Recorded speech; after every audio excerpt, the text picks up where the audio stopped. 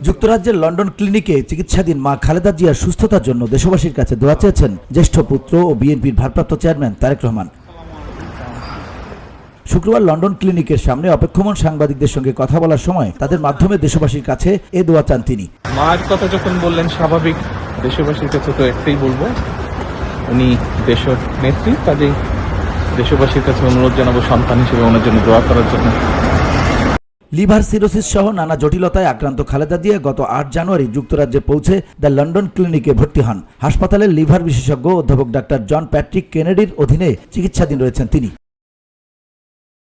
প্রসঙ্গত বাংলাদেশ সময় বুধবার বিকেলে লন্ডনের হিথ্রো আন্তর্জাতিক বিমানবন্দরে পৌঁছান বিএনপি চেয়ারপারসন বেগম খালেদা জিয়া। এ সময় তাকে স্বাগত জানাতে তার বড় ছেলে বিএনপির ভারপ্রাপ্ত চেয়ারম্যান তারেক রহমান ও পুত্রবধূ জুবাইদা রহমান বিমানবন্দরে উপস্থিত হন। পরে বিমানবন্দর থেকে নিজে গাড়ি চালিয়ে মাকে লন্ডন ক্লিনিকে নিয়ে যান ছেলে তারেক রহমান। সেখানে অধ্যাপক প্যাট্রিক কেনেডির অধীনে চিকিৎসা শুরু হয় খালেদা জিয়ার। আপনারা যাচ্ছেন। VOD Bangla news desk.